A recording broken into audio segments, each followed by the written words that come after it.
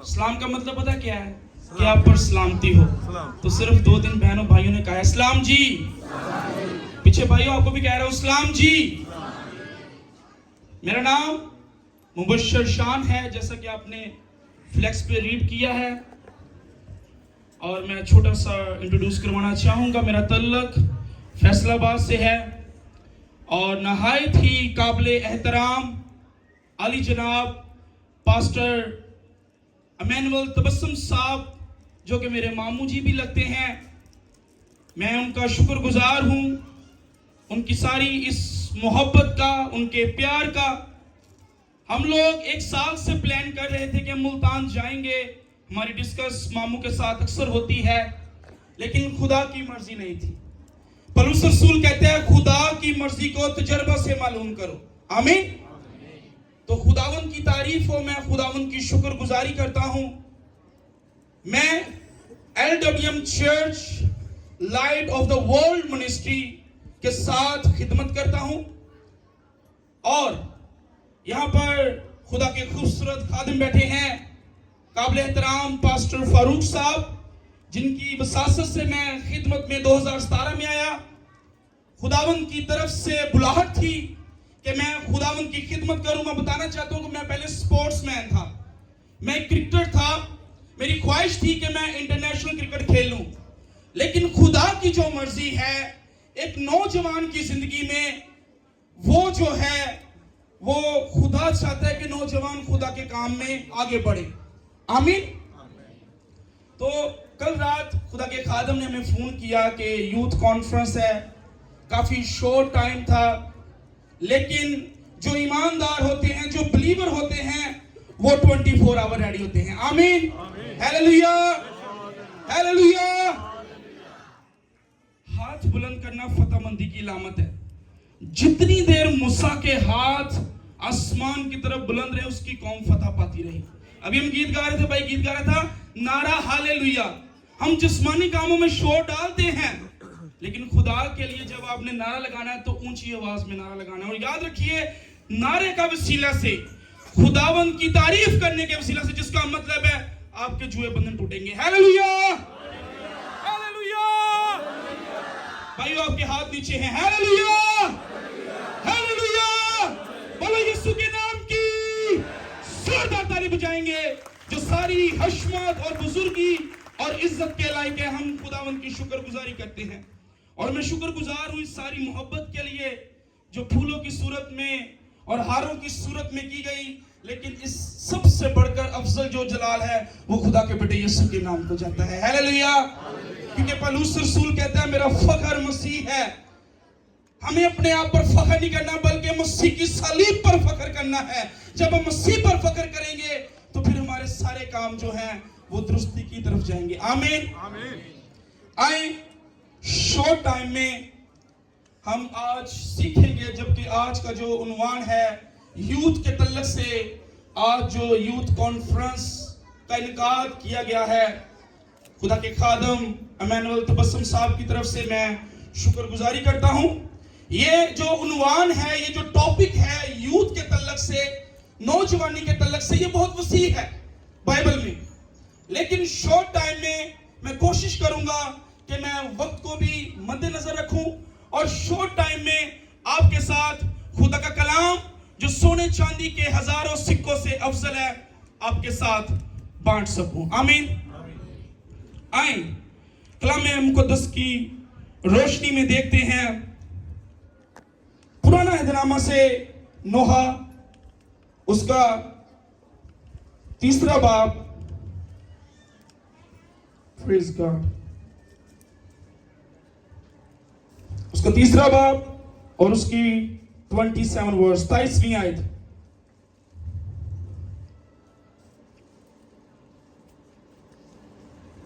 Praise God. मैं आपकी रहनुमाई में पढ़ना चाहूंगा। कलामे मुकद्दस में यूं मरकूम है,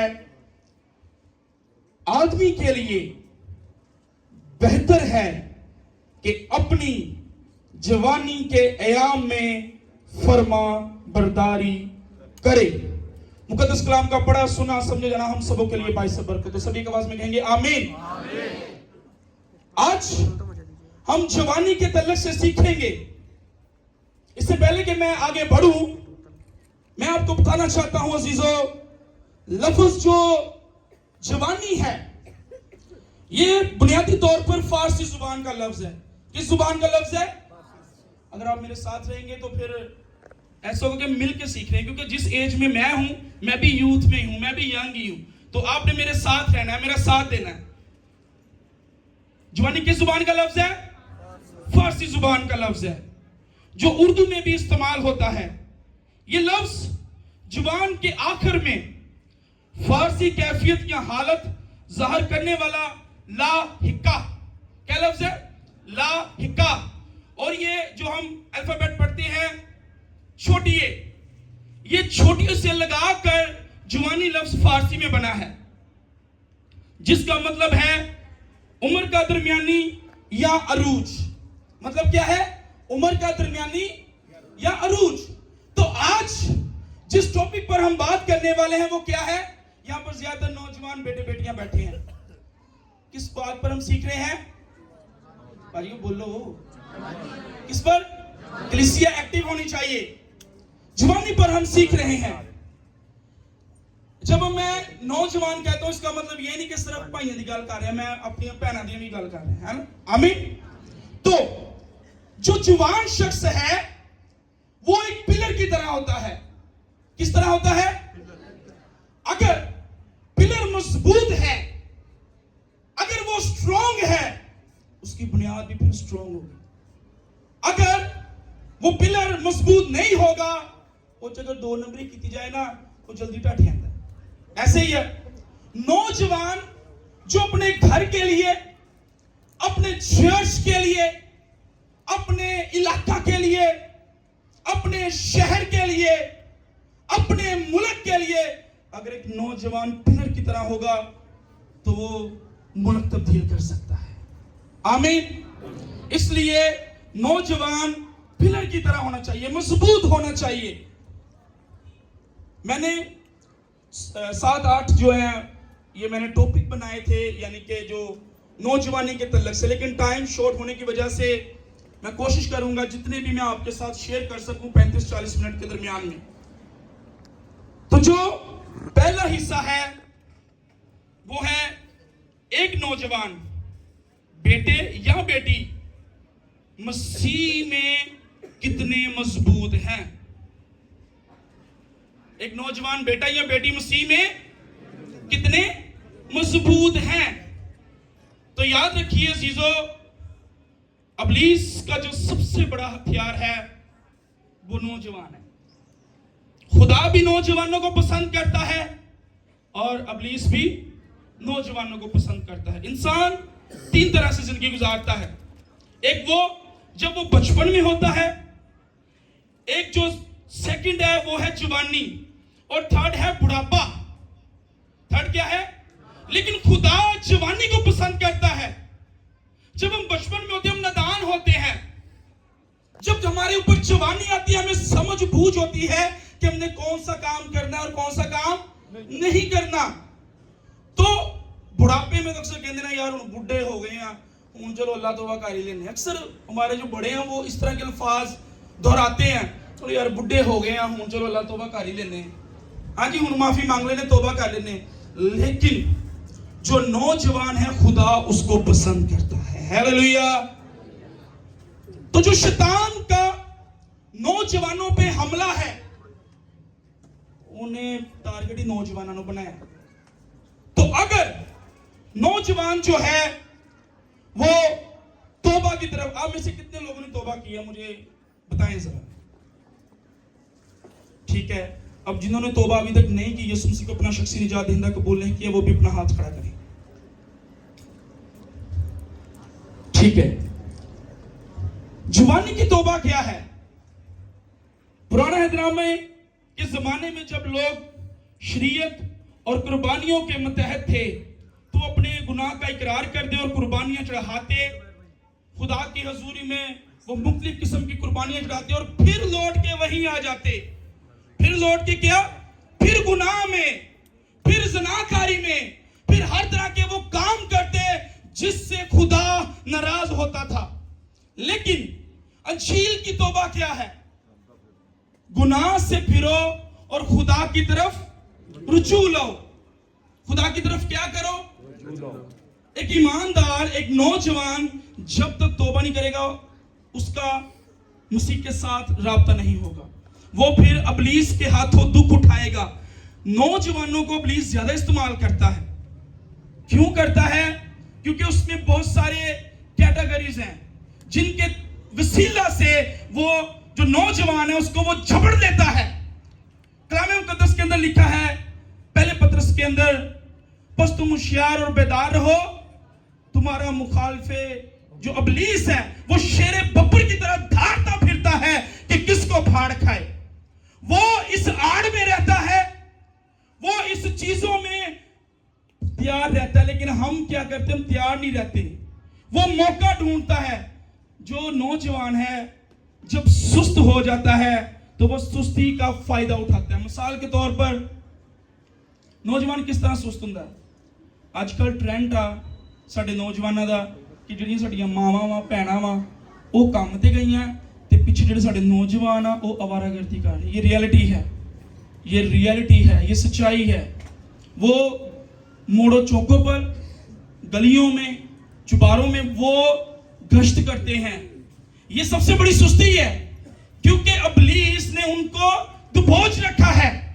जब तक हम इस सुस्ती से, और इस काहली और कलाम के अंदर लिखा है, सुस्ती और काहली की नींद इंसान को क्या कर देती है? क्या कर देती है? गर्क कर देती है, तबाह कर देती है।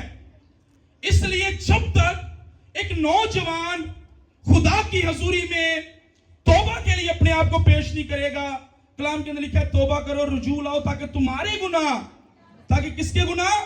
तुम्हारे गुनाह मिटाए जाएं। तो एक नौजवान के लिए ये लाज़िम है, ये जरूरी है कि वो मसीह को अपना शख्सी निजात दहिंदा कबूल करे। तो इसलिए अजीजों, मेरे नौजवान भाई और बहनों, ये लाज़िम है कि हम अबलीस के उन हमलों को जाने और पहचाने कि वो किस तरह हम पर हमला करता है। आप कैसे जान सकते हैं? मेरा सवाल है, अबलीस पर आप कैसे गलबा हासिल कर सकते हैं? ठीक है, लेकिन बाइबल फरमाती है तुम होशियार रहो। तुम क्या रहो? तुम होशियार रहो। होशियार रहो से मुराद है कायम रहो, ज़हनी तौर पर अपने आप पर ज़ब्त और कंट्रोल रखो, और दुश्मन के आने की आवाज पर कान लगाए रखो, और एहतियात से देखते रहो। जब तक एक नौजवान अबलीस के हमलों को जानेगा नहीं, पहचानेगा नहीं, तब तक वो गलबा नहीं पा सकता। गलबा, किसी को पता है गलबा क्या होता है? किसी चीज पर गालिब आना। एक होती है फतह, मिसाल के तौर पर जैसे क्रिकेट मैच हो रहा है, फुटबॉल मैच हो रहा है, कभी कोई टीम हार जाती है, कभी जीत जाती है, कभी हार जाती है। लेकिन जो गलबा है, जो मसीह ने पाया है मौत पर, गुनाह पर गलबा जो पाया है, आपने फिर हारना नहीं है।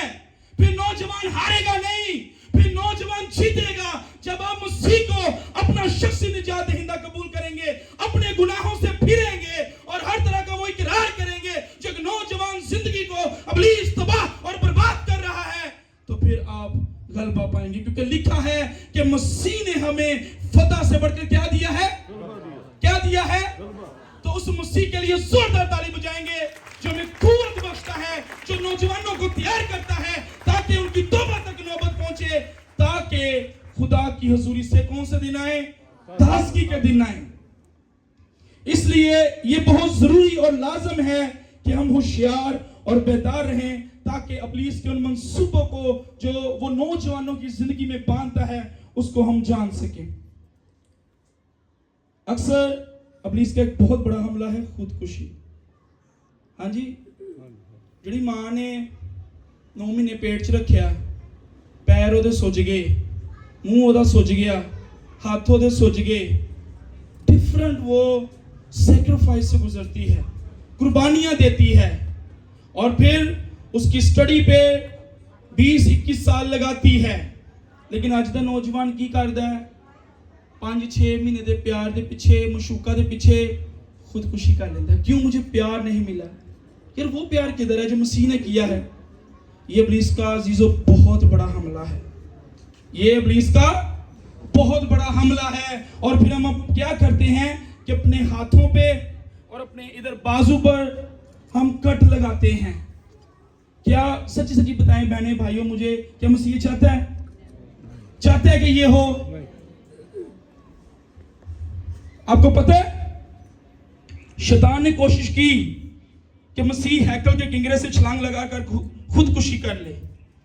बाइबल मुकद्दस में लिखा है, रूह यीशु को जंगल में ले गया बियाबान में, ताकि इब्लीस से आजमाया जाए। किससे आजमाया जाए? किससे? तो आप सब मेरा ही मान है कि बाइबल पढ़ने वाले लोग हैं, इन 40 दिनों में क्या एक बार भी यीशु इब्लीस के थे आया? मुझे हाँ नाम में जवाब दे। नहीं। मसीह ने गलबा पाया है। मसीह की तरफ देखें, पलूस कहता है मैं उस निशान की तरफ दौड़े जाता हूं। जब नौजवानों का निशान खुदा का बेटा यीशु होगा, जब नौजवानों का टारगेट अल मसीह होगा, मेरा खालिक होगा, मेरा मालिक होगा, मेरा राज़िक होगा, मसीहा होगा, फिर आप उसके हिलों और मंसूबों पर गलबा पाएंगे। फिर आपको खुदकुशी करने की जरूरत नहीं है। फिर जब हम कहते हैं ना कि मैं इससे प्यार करता हूं और मैं इसके लिए जान दे सकता हूं, तो जड़ी मसीह ने कुर्बानी दी सलीब ते, वो किधर जानी? ये नौजवानों को समझने की जरूरत है।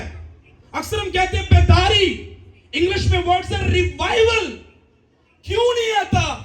क्योंकि अभी तक हम इब्लीस के शिकंजों से निकल ही नहीं रहे। उसने ऐसे दबोचा है कि हमारी अकल ही बंद हो गई है हर एक काम में।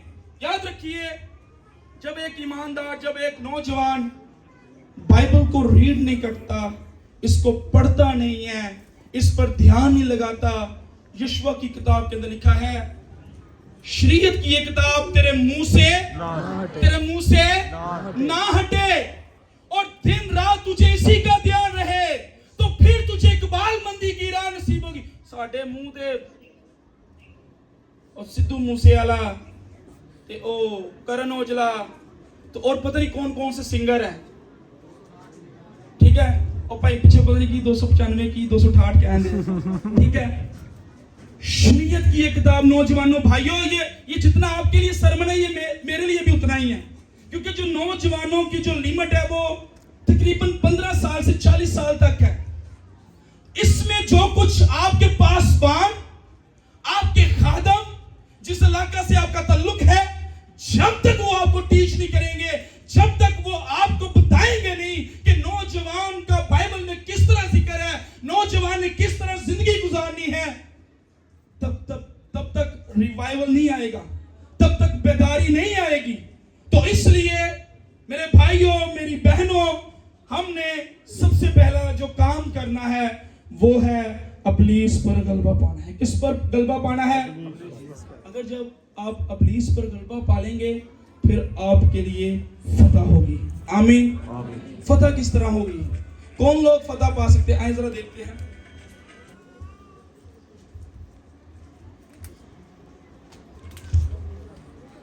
पहला यूहन्ना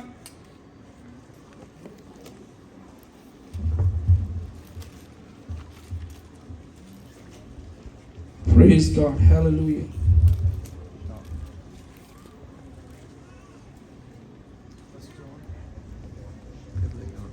पहला यूहन्ना उसका 5वां बाप और उसकी 4थी आयत।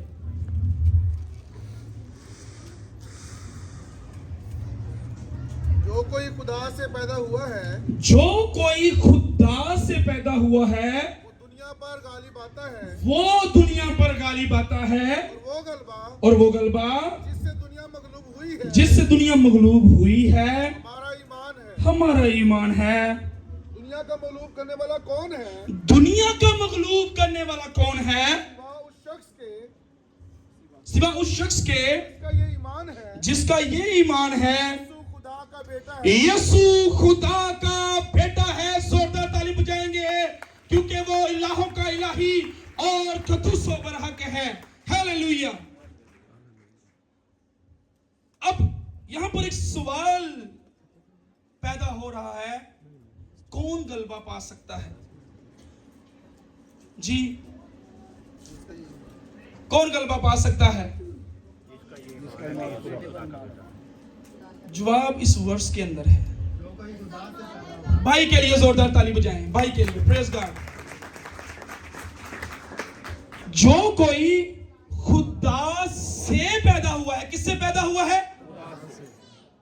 वो गलबा पा सकता है, कोई दूसरा तीसरा गलबा नहीं पा सकता।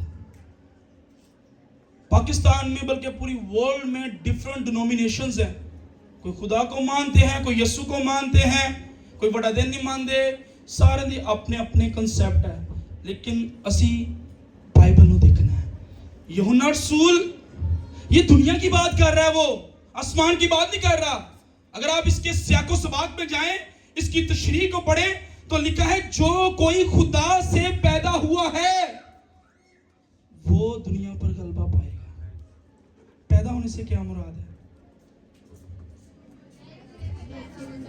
नए सिरे से ते जे नए सिरे तो पैदा ना हो, नए सिरे तो पैदा होंदा मतलब ये है, जिस तरह मैं पहले किया कि पुराने हजरामा ਦੇ ਵਿੱਚ ਵੀ ਲੋਕੀ तौबा ਕਰਦੇ ਸੀ, ਉਹ ਵੀ ਯਿਸੂ ਨੂੰ खुदावन ਦਾ इकरार करते कि यीशु खुदा वा। लेकिन वो क्या कि वो शरीयत के मुतहत थे, वो शरीयत के मुतहत थे, वो कुर्बानियां भी चढ़ाते थे, वो सब कुछ करते थे, लेकिन फिर उल्ट के फिर उथे ही आ जाते सी। लेकिन यीशु मसीह की तौबा क्या है? बस तौबा करो और रजू लाओ ताकि किन्ना दे गुनाह मिटाए जान, हमारे गुनाह, जो हम गुनाह की दलदल में फंसे हुए थे, हम जो गुनाह पे गुनाह करते जा रहे थे, लेकिन एक मसीहा आपके और मेरे लिए इस दुनिया में, इस जमीन पर इसलिए आया ताकि हमारे गुनाह मिटाए जाएं। हालेलुया। जोरदार ताली बजाएंगे। वो जो हमें गलबा देता है ताकि हम खुदा से पैदा हो, ताकि हम इब्लीस पर गलबा हासिल करें, और ईमान की जो लहर है, ईमान की जो बुनियाद है, वो खुदा का बेटा यीशु है। हालेलुया। तो इसलिए आज अगर आप चाहते हैं कि आप दुनिया को बदलें, खासतौर पर ये नौजवान बहन भाइयों के लिए, अगर आप चाहते हैं कि आपके चर्च तब्दील हों, अगर आप चाहते हैं आप इलाके में एस्टैब्लिश हों, अगर आप चाहते हैं कि आपकी जिंदगी में आपके लिए कोई बुरे मंसूबे ना बांधे, अपने आप को यीशु के ताबे कर दें, यीशु के ताबे हो जाएं। हमने जो हमारी जो मरकजी आयतें हमने पढ़ी है, आदमी के लिए बेहतर है कि वो अपनी जवानी के में क्या करे? फर्मा बरदारी। क्या करे? मैं टॉपिक चेंज नहीं करूंगा, मैं रहूंगा जवानी के ऊपर ही। लेकिन मैं आपको जो बताना चाह रहा हूं कि जवान के लिए बेहतर है कि वो गुनाह से फिरे, इब्लीस के हीलो मंसूबों को जाने, ताकि वो इब्लीस पर गलबा हासिल करे। आमीन। मैं खुदावंद की शुक्रगुजारी करता हूं, वो जो ला तब्दील, ला मुबद्दल और लफानी और लसानी है। टाइम काफ़ी शॉर्ट है, लेकिन मेरे पास पॉइंट जो हैं वो काफ़ी, एक बार फिर मैं दोहरा रहा हूँ। एक पॉइंट है कि एक नौजवान बेटा और बेटी अपनी ख्वाहिशात पर कैसे काबू पा सकता है? बता सकता है कि आप ख्वाहिशात पर कैसे काबू पा सकते हैं? ठीक है, गुड आंसर।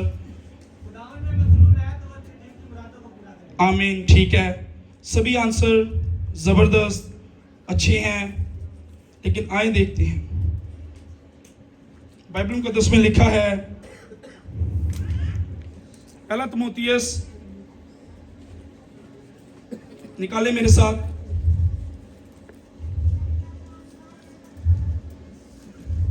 पहला तिमोथियस उसका 4 बाब और उसकी 12वीं आयत।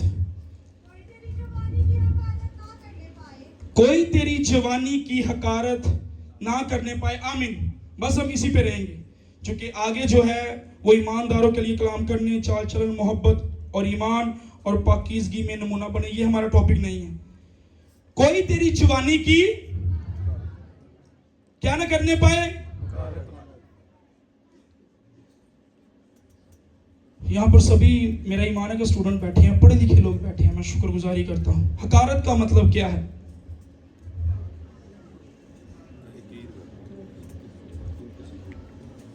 बाइबल की जुबानों में जो अबरानी और यूनानी जुबान है, लफ्ज हकारत के लिए जो मखसूस अल्फाज इस्तेमाल हुए हैं पुराना अहदनामा में। कौन से अहदनामा में? The Old Testament. वो अबरानी में एक लफ्ज है बॉयज। क्या लफ्ज है? BUZ, boys. ये इस्तेमाल हुआ है। और नए अहदनामा में जो इसके लिए लफ्ज यूज हुआ है ग्रीक। ग्रीक हम कहते हैं यूनानी में, यूनानी को कहते हैं।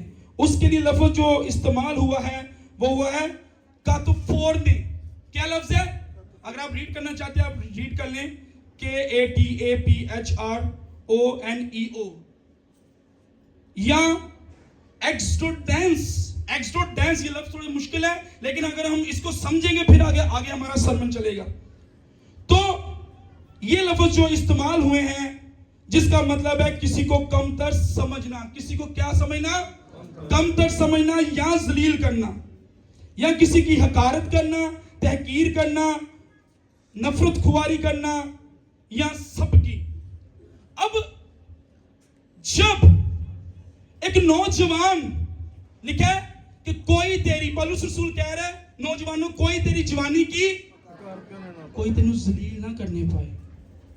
लेकिन आज हम हो रहे कि नहीं हो रहे? सच्ची सच्ची दस्यो भाइयों बहनों, हम जलील हो रहे कि नहीं हो रहे? क्यों हो रहे हैं बताएं मुझे, हम जलील क्यों हो रहे हैं? आज का जो है ना ये कॉन्फ्रेंस, ये टीचिंग प्लस प्रीचिंग है। मतलब इवेंजलिज्म तो ये है ना कि बस जोश ना कलाम सुनाना ते यीशु मसीह को प्रेजेंट करना। ये जो कॉन्फ्रेंस है ये यूथ कॉन्फ्रेंस। कॉन्फ्रेंस का मतलब होता है टीचिंग प्लस प्रीचिंग। तो इसलिए आज हम मिलके सीख रहे हैं, हमने मिलके सीखना है। कोई तेरी जवानी की हकारत हो रही कि नहीं हो रही? हम जलील नौजवान हो रहे कि नहीं हो रहे? वो मुख्तलिफ तरीकों से हम जलील, अपने घर में, इलाका में, अपने कामों के सबब से। अपने किन के सबब से? कामों के सबब से हम जलील हो रहे। हम हर वो काम करते हैं जो बाइबल मुकद्दस के उल्ट है। क्यों? क्योंकि कलाम पर तवज्जो नहीं है। असी जो सुबह उठते हैं ना, बजाय मुंह धो के नहा के पहले बाइबल ਨੂੰ पढ़िया जाए, ਅਸੀਂ पहले कॉल का वेट करते हैं। यार सारी रात कॉल की थी, सुबह का गुड मॉर्निंग नहीं किया उन्हें। ये रियलिटी है, इसको मानना पड़ेगा नौजवानों। हम सुबह उठ के क्या कहते हैं? यार अजे तक कॉल नहीं आई। क्यों भाई साहब? अजे तक कॉल नहीं आई। ते जे यही गल भाई साहब, यही गल जे मसीह ना कनेक्ट होइए, यार अजे तक यीशु दी कॉल नहीं आई, अजे तक यीशु दी कॉल नहीं आई। ते जे यीशु दी कॉल जो आनी है फिर तुहानू दूसरी कॉल की परवाह नहीं होनी।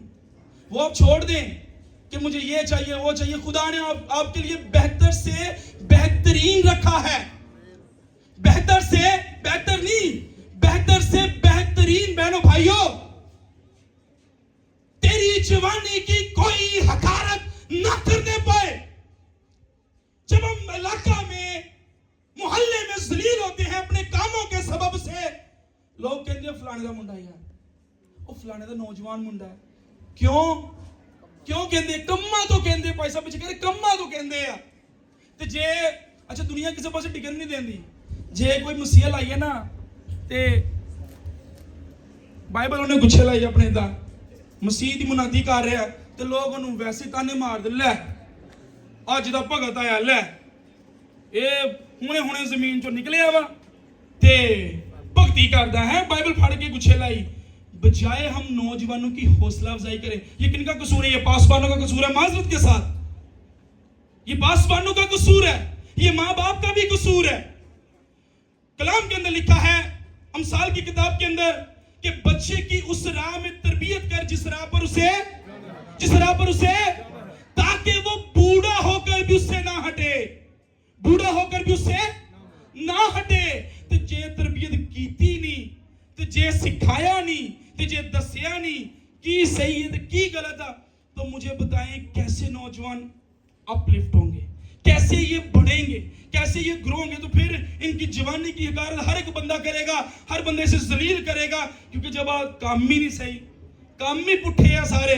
दसो कोई साड़ी जी कौम आना वो लाई लगी है, जितने जिधर किसी ने लाया उधर उन्हें लग जाना है, तो जो कलाम लाइए ना फिर सुस्ती पै जाती है जी। फिर की पै जाती है? सुस्ती। फिर हमको सुस्ती पड़ जाती है।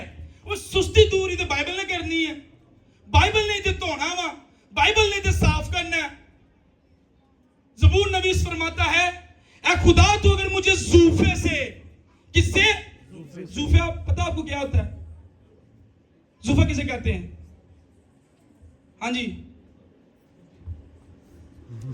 आप सब रेगुलर चर्च आते हैं, रेगुलर चर्च जाते हैं और स्टडी करते हैं। ऐ खुदा तो अगर मुझे जूफे से साफ करे तो मैं साफ होता हूं। जूफा उसका कलाम है। जूफा क्या है? उसका कलाम है, उसकी शरीयत है, उसके आइन है, उसके कवानीन है, उसकी शहादतें हैं, उसके मुकाशफे हैं। ते जे उन्हें समझिया ही नहीं, यीशु के लिए ताली बजानी है आपने, तो जो बजानी तो फिर दिल ना बजानी, यीशु वास्ते बजाओ। Praise God, hallelujah. अपने यीशु के लिए ताली बजानी है जो इस्मत, हशमत और बुजुर्गी और फजीलत के लायक है। हालेलुया। तो इसलिए अजीजों, ये हमारे लिए बहुत जरूरी है कि हम हमारी को जवानी की हकारत ना करने पाए। आए एक और हवाला देखते हैं। प्रेज गॉड, सिर्फ 10 मिनट। एक और हवाला देखते हैं।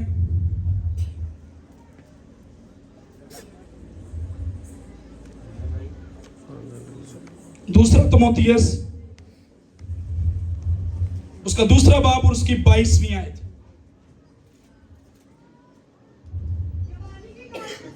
बस जवानी की ख्वाहिशों से, सारे बोले जवानी की ख्वाहिशों से की करना है? भागना है। ठीक है, अभी मेरे पास सिर्फ 10 मिनट, मैं 10 मिनट में से क्लोज करना चाहूंगा।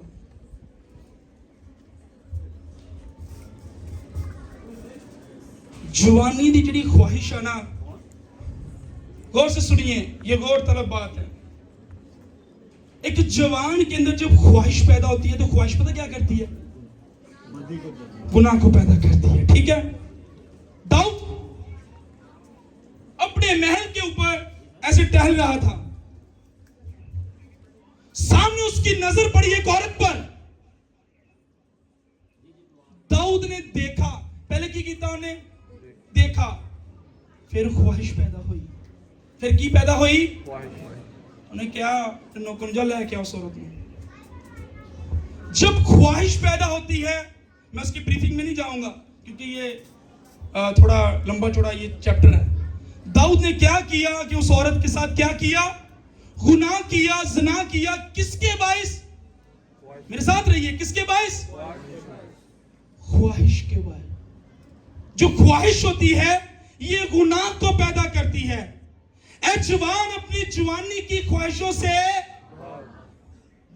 अक्सर दाऊद ज़बूर गाने हैं, उन्हें बात इकरार भी किया है, लेकिन जो ख्वाहिश है वो गुनाह को जन्म देती है।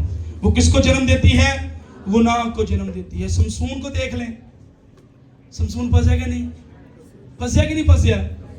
दिल चक्कर जो फंसा कि नहीं फंसा? किसके पीछे? ख्वाहिश के पीछे, औरत के पीछे। तो फिर उसका हाल क्यों है? मैं शॉर्ट कर रहा हूं, ब्रीफिंग में नहीं जा रहा। फिर उसका हाल क्यों है? की निकलियां होदियां? की निकलियां? आंखें उसकी निकाली गई। जब आपके अंदर ख्वाहिश पैदा होती है, एक नौजवान के अंदर ख्वाहिश जन्म लेती है, तो वो गुनाह को जन्म देती है। और जब गुनाह जिंदगी में आता है, हलाकत की होती है। आदम ने की नाफरमानी की थी ना, तो खुदा दी हजूरी चो बाहर हो गया। इस तरह नौजवान जो गुनाह करदा, बदी करदा, वो खुदा दी हजूरी चो की हुंदा है? की हो जाती है? बाहर हो जाते हैं हम। हमने ख्वाहिश को अपनी जिंदगी से निकालना है। अच्छा, यीशु मसीह ने अपनी खिदमत दे विच की, यीशु मसीह ते आजमाइशां नहीं आईयां? आईयां कि नहीं आईयां? लेकिन उन्हें कोई जिस्मानी ख्वाहिश की थी? दसो मनु की थी? तो यीशु से सीखें, यीशु ये हमें बताता है कि वो गाली खा के गाली नहीं देता था। ते अज दा नौजवान फौरी मूसा दी शरीयत आ जांदी, फौरी मूसा दी शरीयत आ जांदी। ये कहने वट्टा मारे तो मैं ओदे पत्थर मारना। तो किसने ये सिखाना है? बाइबल आपको सिखाएगी कि हमने ख्वाहिशात पर कैसे काबू पाना है, हम ख्वाहिशात पर कैसे काबू पा सकते हैं। इसके लिए हमें क्या करना होगा, इसके लिए हमें क्या करना होगा, कौन सी वो चीजें अपनानी होंगी जिससे हम अपनी जवानी की ख्वाहिशों से भागे। बाइबल में एक खास शख्सियत की बात है, आप सबको पता तो चली गया होगा। किसकी बात करने लगा हूं मैं? किसकी? यूसुफ की। पोतीफर की बीवी, उसके साथ उसने गुनाह करना चाहा। जब वो कमरे में अकेले थे, वो बिस्तर पर उसके साथ ज़िना करना चाहती थी, लेकिन यूसुफ के अंदर खुदा का खौफ था। खुदा का क्या था? जो जमाना के अंदर खौफ निकल जाता ना, फिर ख्वाहिशात जन्म लेती है। उसने कहा मैं तेरे साथ गुनाह नहीं करूंगा, मेरा खुदा मुझे। सम टाइम पता क्यों होता है, मेरे अंदर ये बात है, सम टाइम असं लोग के गुनाह करते हैं। चल यार केड़ा कोई चाचा मामा फूफा भैन भरा माई बुढ़ा केड़ा वेखन दिया, लोग के कमरे च गुनाह कर लेना। कलाम के अंदर लिखा है खुदा की आंखें पूरी जमीन पर घूमती हैं। आप पताल में चले जाएं, आप समुद्रों में, आप जहां कहीं भी चले जाएं, खुदा वहां मौजूद होता है। तो यूसुफ भागा है, अपनी ख्वाहिशों से वो भागा है। वो ख्वाहिशें जो उससे गुनाह करवा सकती थी, लेकिन वो भागा है। लेकिन आज का नौजवान नहीं भागता। आज का नौजवान ख्वाहिशों में फंस जाता है, ख्वाहिशों में उलझ जाता है, जिसके बायस गुनाह पैदा होता है। और जब गुनाह पैदा होता है, खुदा की हुजूरी से जो नौजवान नस्ल है वो दूर हो जाती है। तो इसलिए अजीजों, जब तक हम गुनाह पर गलबा नहीं पाएंगे, इब्लीस के उन मंसूबों पर गलबा नहीं पाएंगे, तो हम कभी भी रिवाइवल और बेदारी में रहकर जिंदगी नहीं गुजार सकते। इसका इनाम पता क्या है? जब आप खुदा के खौफ में रहते हैं। कलाम के अंदर लिखा है अय्यूब की किताब में कि उस की सरजमीन पर एक रास्तबाज शख्स था। कलाम के अंदर लिखा है रास्तबाज खुदा से डरने वाला। किससे डरने वाला? मेरा क्वेश्चन है, जब हम खुदा से डरते हैं फिर क्या नहीं होता? क्या नहीं होता? असी और भैन भरावां को डरते हैं, होर चीज़ों तो ही बहुत खौफजदा होने हैं। बाइबल के अंदर लिखा है साल में 365 दिन होते हैं और 365 दफा खुदा ने कहा तूने डरना नहीं है। तो फिर कब तो डर दिया पुलिस को? खुदा तो डरो। अगर खुदा का खौफ होगा आप कभी भी गुनाह नहीं करेंगे, आप पीछे की तरफ नहीं बल्कि आगे बढ़ेंगे। कलाम के अंदर लिखा है मैं कमाल की तरफ बढ़ता जाता हूं। और पौलुस कहता है कि ऐसी दौड़ दौड़ो के जीतो। हम चलते हैं, हम दौड़ते हैं, लेकिन दौड़ते दौड़ते शिकंजा पै जाता है। क्यों पड़ जाता है? क्योंकि खुदा का खौफ नहीं है, खुदा का डर नहीं है। जब खुदा का खौफ और डर होगा, इसका इनाम पता क्या है? आखिरी वर्ष हम पढ़ेंगे, उसके बाद हम वाइंड अप करेंगे। आए मेरे साथ देखिए अमसाल की किताब, सुलेमान बिन दाऊद की अमसाल,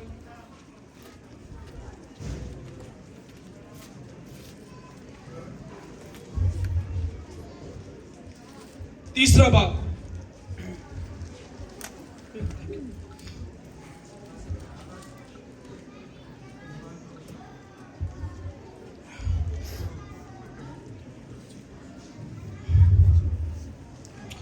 तीसरा बाब और उसकी मैं 22वीं आयत से पढ़ूंगा आपकी रहनुमाई में। कलाम मुकद्दस में लिखा है यूं वो तेरी जान की हयात और तेरे गले की जीनत होंगी। तब तू बेखटके अपने रास्ते पर चलेगा और तेरे पांवों को ठेस ना लगेगी। जब तू लेटेगा तो खौफ ना खाएगा, ना कहानी दहशत से खौफ ना खाना और शरीरों की हलाकत से जब वो आए, क्योंकि खुदावन तेरा सहारा होगा और तेरे पांव को फंस जाने से महफूज रखेगा। ये इनाम है नौजवानों आपके लिए। जब आप खुदा के खौफ में चलेंगे, खुदा के डर में चलेंगे और गुनाह पर गलबा पाएंगे और इब्लीस के मंसूबों में और इब्लीस की उन चालाकियों को जब आप समझना शुरू हो जाएंगे, फिर खुदा वादा करता है। अक्सर पता की कहते यहाँ पे लिखा है, जब तू लेटेगा तो खौफ ना खाएगा। कई ना अपने सराने 23 जबूर रखा होंगे, चल यार खौफ बड़ा आंदा की आंदा जी, मुझे डर ही बड़ा आंदा भाई। ते क्या 23 जबूर पढ़ना खौफ चल जाएगा? साढ़े नालों ज्यादा इब्लीस नूं कलाम आंदा जी ज्यादा। कब होगा? जब खुदा का खौफ होगा। फिर वो आपके पांव को फिसलने नहीं देगा।